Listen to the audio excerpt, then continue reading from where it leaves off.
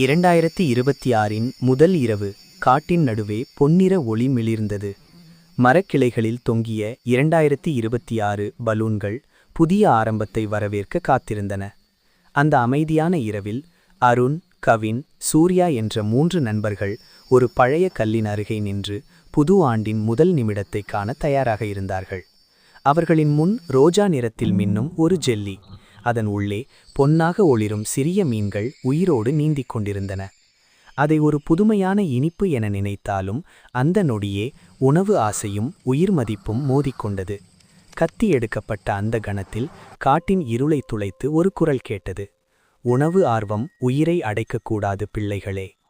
அந்த முதியவரின் சொற்கள் 3 குழந்தைகளின் நினைவில் ஒரு தடம் விட்டன. அவர்கள் ஜெல்லியை வெட்டவில்லை, ஓடை அருகே வைத்து மெதுவாக உருகும் ஜெல்லியிலிருந்து மீன்கள் நீருக்குள் சுதந்திரமாக பாயும் காட்சியை கண்ணால் குடித்தார்கள். அதுவே அவர்களுக்கு உணர்த்தியது, புது ஆண்டை தொடங்குவது கொண்டாட்டத்தால் அல்ல, ஒரு நன்றான முடிவால். சாக்லேட் கேக்கின் சிறிய துண்டை பகிர்ந்து கொண்டு அவர்கள் மரத்தொண்டில் ஒரு வாக்குறுதி எழுதினர்.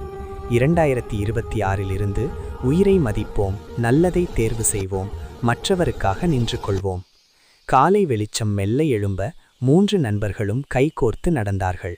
அது ஒரு புதிய ஆண்டின் தொடக்கம் மட்டுமல்ல, அவர்கள் உள்ளுக்குள் மாறத் தொடங்கிய தருணம்.